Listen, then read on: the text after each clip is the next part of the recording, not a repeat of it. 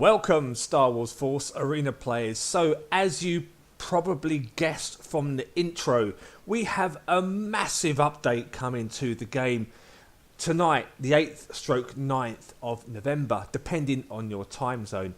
Now, I was hoping to bring you some gameplay of the new factions, the new cars, the complete overhaul to many of the game. And my plan is, if I get a build in time, I will still do that. Unfortunately, we were told yesterday that there was going to be a delay in us getting some builds of the game. And then Netmarble announced the update going live. So it's like, well, okay, fair enough. But, however, it's great news. The Last Jedi is coming to Star Wars Force Arena. It's been no secret, really, that this update was coming, given how we had the Clone Wars, given how Netmarble have sort of really given the game a lot of love and attention with updates. But for me personally as a player, and I don't know about you guys out there, I really wanted to see some changes to how the matchmaking works, some new features perhaps, and all those kind of things. And that is coming, which is good.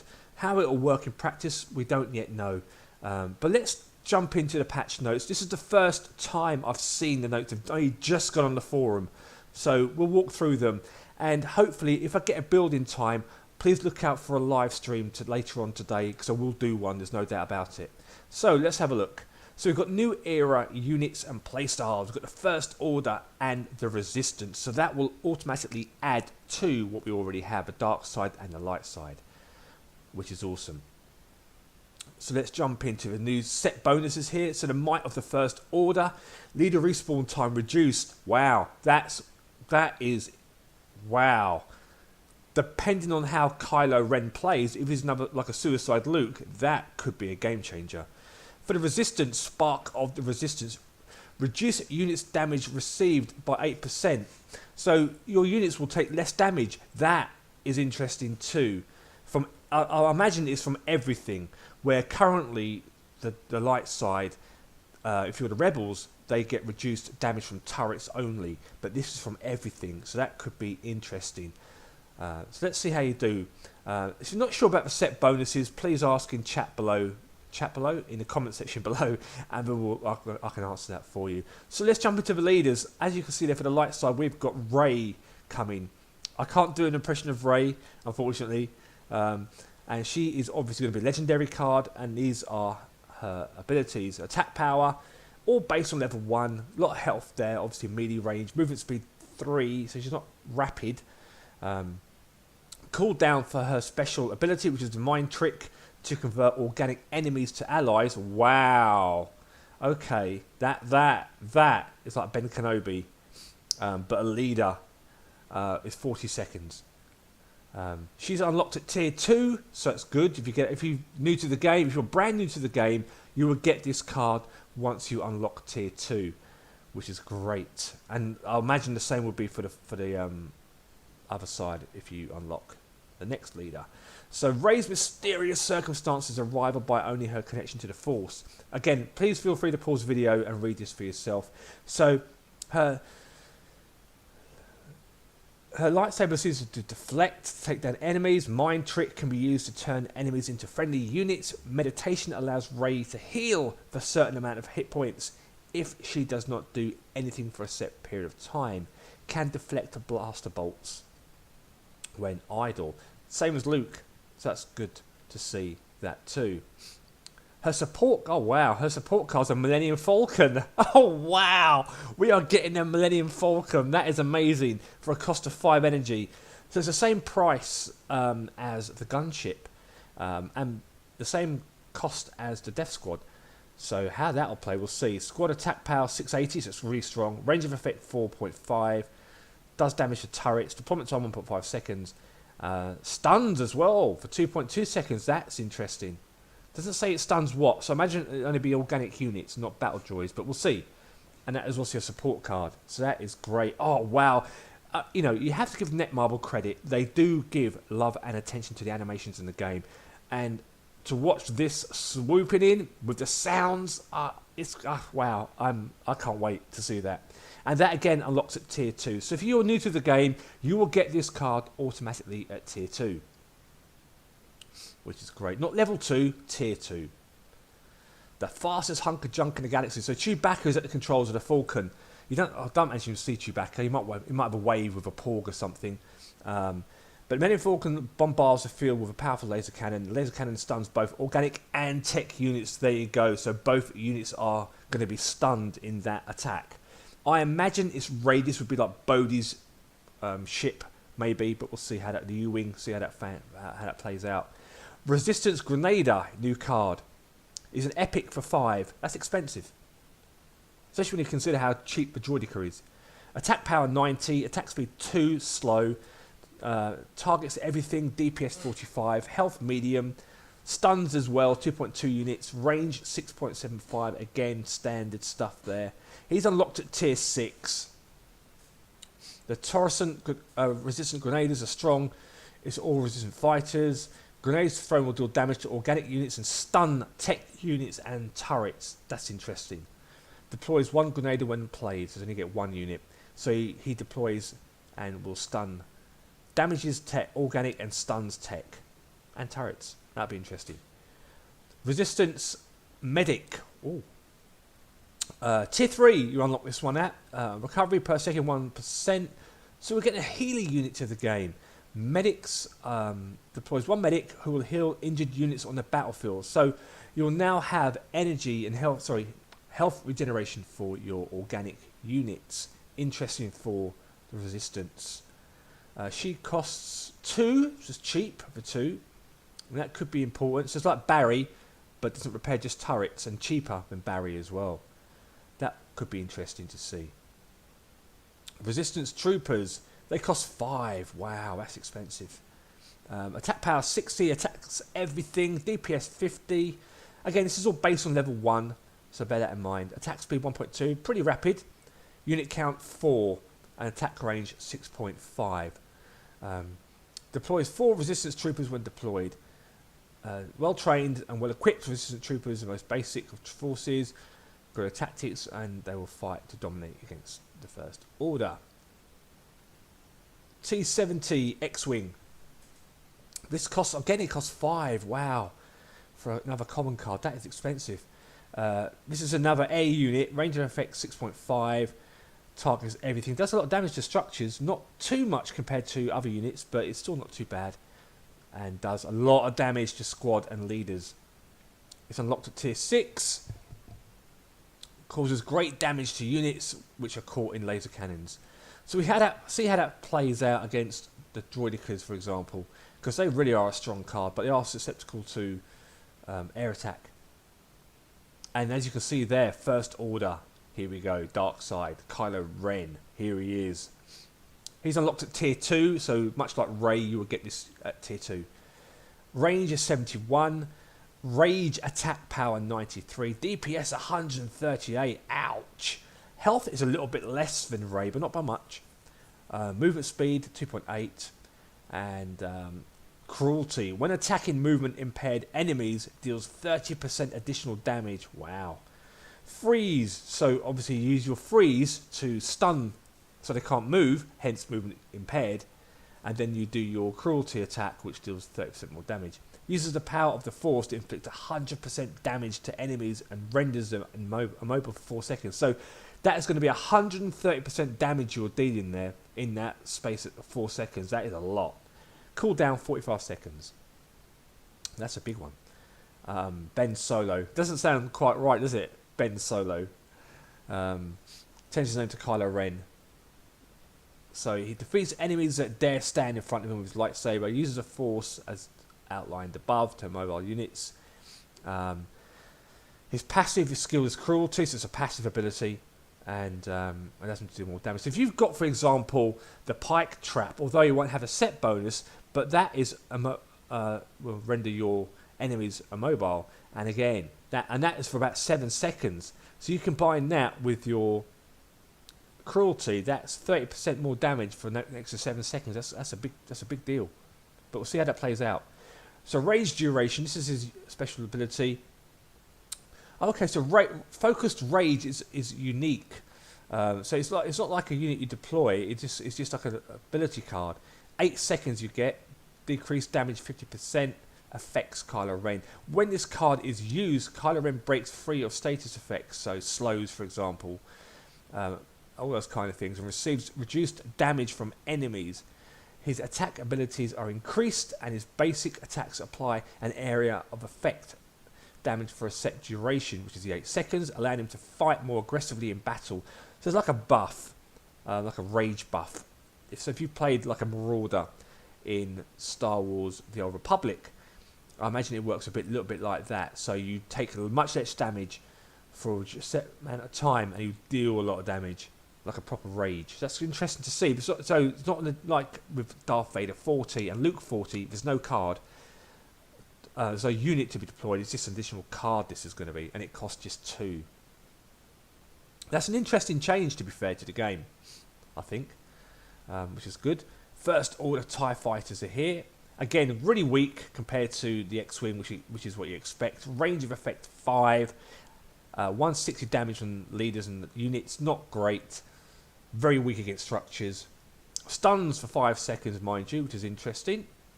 Drops powerful mag pulse bombs on the battlefield, like a TIE bomber, I imagine. And stuns mechanical units and paralyzes defensive structures. So turrets, for example, it might just paralyze them. We'll see how that plays out. And here we have a flamethrower, First Order Flame Trooper. Wow. So they unlocked at Tier 6 for the TIE Fighter and Tier 3 for the First Order. Attack power 17, DPS 57, max attack power 170, max damage per second 567. Wow, that's going to hurt. And again, this is just level 1, remember. Health 260, so not particularly strong. Attack range 4, nothing great. Unit count 2 of them, and it targets everything. So much like how the Twi'lek Rebels work, I imagine. But they cost 3, and they are a little bit stronger. And now unlocked at Tier 4. Summons 2 First Order Flame Troopers. Deals continuous damage to nearby enemies. The longer an enemy withstands a fire, the more damage they will take. So if you stand in the way of it, you're going to get hurt. So I wouldn't advise that. First Order Stormtroopers. They cost 4. Attack power 48, DPS 40, health 148. Unit count 6. Oh wow, that's interesting. Movement speed 3.2. It targets everything. Attack range 6.5. And unlocked at Tier 2. First Order Stormtroopers are trained to fight as usual and deploy 6. So that's going to be interesting to see how they play out. First Order Riot Troopers. They cost 5. So this is a melee unit. Attack power 82, DPS 94. Health pretty strong. Good tanky. Shield as well. You've got 140 for the shield. Much like how the Riot Troopers work, I imagine, for the clones, this would be the same sort of thing. Really slow at 4.1 in terms of movement speed. And there's only 2 of them. And they are unlocked at Tier 6. New mode. Oh wow, new game mode. Tactical Challenge. Star Wars Force Arena is an intense battle between commanders. It is. But all that tension can be exhausting. And sometimes you need to kick back and relax. So it's like a chill mode. Okay. That's why I like the double energy. Because that really is like a mode. It's just a bit of fun. And do your mission as well. Guild missions. We've created a set of tactical challenges that will test your survival, your tactics and your base defense. Of course, these modes would be useless without some kind of reward. And as you progress through the challenges, you will receive plenty of rewards, including the reward of getting better at the game. So there you go. Practice at the bottom there. Tactical mode. It's like a new training mode, I imagine. They've just renamed training mode to Tactical Challenge. And to be fair, the AI is really tough now. Never used to be. And here we go. So you can match selection there of 2 game modes, Tactical Challenge there, and also the normal training mode. And then you can select that from that button there, which is cool. Tactical training mode consists of different chapters, and each chapter must be cleared before the next one can be attempted. So you get achievements and rewards, as you can see here, for each one. So it tells you what you need to do. Wildcard, wow, that's good. Common. So you get good rewards there. Less than 2 hits to leader, 3 to 4 hits to leader, 5 hits. So you've got challenges and goals to unlock there. And as you can see, there's lots of chapters there, so that's going to be interesting to see how that works. The number of stars you currently have, the conditions needed to meet your stars, the amount of stars required to get a reward. Each stage has different conditions needed, and you will be rewarded for each stage. So here we go. Here's an example of what you need to do, and that's how that works there. Challenge successful, get credits, which we will like, and obviously you get maximum rewards. So if you only do the basic, you get 1 star, and you get less rewards. So okay, that's cool. Here we go. 2v2 improvements. This is what I've been waiting for. So we've got mixed factions coming to 2v2, which is what we've been crying out for a long time. And the reason being is the fact that wait times are just so long, and this will hopefully ease that problem now and make 2v2 a little bit more balanced. Fingers crossed. And 2v2, this game mode, 2v2 is probably one of the best modes in any game that I've played, to be honest with you, which is why a lot of us were upset when I removed it. So I'm making adjustments to 2v2, which allows you to light and dark side players to mix and join forces. Luke and Vader, or father and son, together for the first time. Kylo Ren and Han Solo, father and son again for the first time. Wow. I won't go on with that one. It's all possible. New tactics and strategies will take 2v2 Arena in this update. So that's going to be good to see. The only problem I'd like to see is units, because obviously it can get a bit confusing. So having more red on the map to differentiate between the enemies is going to be important, I think, which is going to be good. Defeated leader penalty system added. Okay. This update we're going to be reworking the way that being defeated works in the game. Currently, the only punishment for having a leader defeated is to increase the time of the respawn. And as we all know, that isn't really a punishment because they'll just come back at you again and again and eventually wear your turret down and take it down. Sometimes this can really turn the tide of the battle. The 10 seconds of being inactive in the battlefield can really have an effect. Other times you're back up before you know it and on the front foot. When a leader is defeated after this update, the leader will gain an extra energy as a result. So the leader who stays alive gets an extra energy. That is important as a result, and I think that's a good change. Over the course of the battle, this energy can really start to stack up. So okay, so from the first death, the other leader gets an energy. So you need to think about dying now, giving a significant advantage to the other player. So like Bosk, if a leader dies, Bosk gets 2 energy. So this is how that's going to be, I imagine. But by the looks of it, it's going to stack. So if you die twice, it'll be 2 energy. Die 3 times, it'll be 3, 4. So you're just going to give away energy. So bear that in mind, players, when you're doing that. There we go. There's an example there. Bonus, see? We'll take that, thank you very much. Bosk will gain 2 energy when his passive is available. Okay. This applies to all modes in the game. So 2v2, 1v1, all game modes. It's interesting. Camera improvements. Okay. Changes have been made to the camera in this update. We've heard players cry for free camera. Not leaders all the time. So that's going to be interesting. We've added a 3rd camera angle, allowing players to zoom that more and all that. So I'll have a play of that when I do some videos, obviously. Free mode. So I had that. New maps. Here we go. Oh, new map. The new resistance base. Oh wow, look at that. That is amazing. I can't enlarge that, unfortunately. The new resistance base has been added to the 2v2 map pool. That looks amazing. Oh wow, the detail is just astonishing, isn't it? And 1 versus 1. So you both get a bit of love there. This map will not feature an arcade mode. Other improvements. So when you win a game and obtain a victory pack, the victory pack will contain cards which are the same as the side that you won with. So if you're playing light side, you will win light side. If you win dark side, dark side. That's how it's going to work. And obviously if you're playing as it's a dark side deck, the victory pack will be dark side cards only. Doesn't matter about your set bonus or the era you're playing, just dark or light side. So if you play with the First Order, you will end up getting dark side cards. So that could include stormtroopers, it could include battle droids, it can include a whole mixture of things that are relevant to the dark side, and the same for the light side.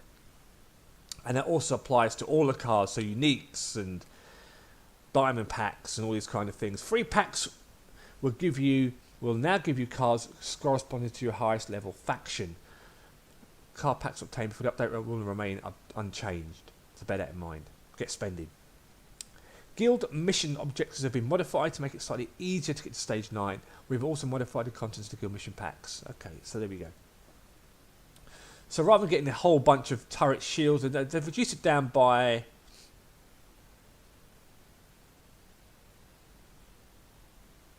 2,000, I think. Before it's 17. I'm at a loss here. Okay, to get to stage 9. So stage 10 is more or less about the same. It's gone up actually. Stage 9 is a bit easier, 1500 instead of 1750. But they've increased and decreased in other areas. So yeah, we'll see. Isn't much in that really, to be honest. Now need to decrease. The overall total's the same, but how you get there is just reworked differently. So it's not really a big difference, to be honest with you. The numbers at the end are the real ones. So if you're only a casual player and you can only achieve a certain amount of turrets or kills in the week, this might have an impact on how you play the game. So bear that in mind, and it's worth having a look on the screen to pause to see, what do you normally achieve in terms of your kills for the week? How do you contribute to your guild? That will make an impact on how you do that. Guild mission reward changes.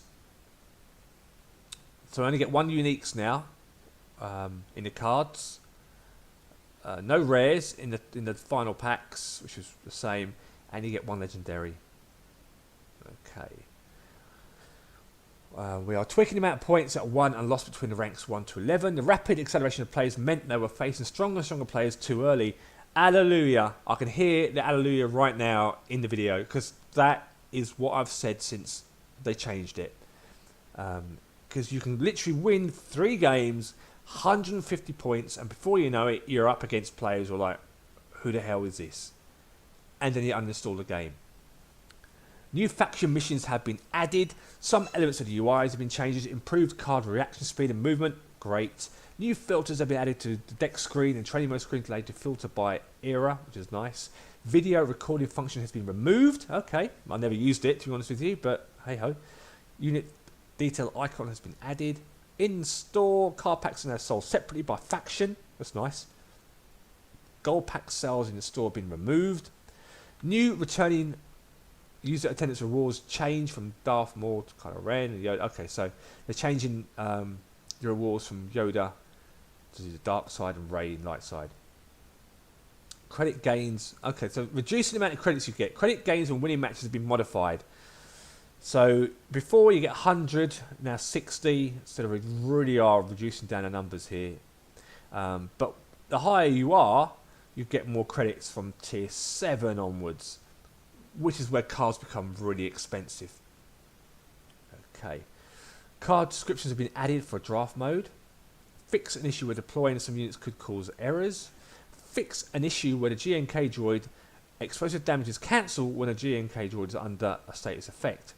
Tell me about it. Fix an issue where Luke Skywalker count not move after respawning. Could not move. Yeah, I've noticed that too. I thought it was me going insane. Fix an issue with the placement of the ID9 Seeker droid and Dewback Rider displaying incorrect in the card information. Okay. Is that it? That is it. Okay. So that is big. Big. Lots of stuff coming. So please, if you haven't subscribed to the channel, there's a button down to subscribe. And also there's a small bell. If you click that, it's like an alert. And it'll let you know when I'm going to live stream. So I'm hoping to get a build early. Meant to have been this week really, to bring it to you live. But failing that, keep an eye out for a live stream. I will do a live stream and I'll be open to play up all the different decks, all the different bonuses and leaders and units and all these kind of things. So come along, chill out, ask some questions, have a look at what's going on, look at the changes that have been made to the game. So if you're on the fence about playing the game or returning, this could be what you need to get back. There's some good changes, but let's see how they do in the world of reality. So thanks again for watching. I'll put a link below to the patch notes, and I will see you in the next Force Arena video. May the Force be with you.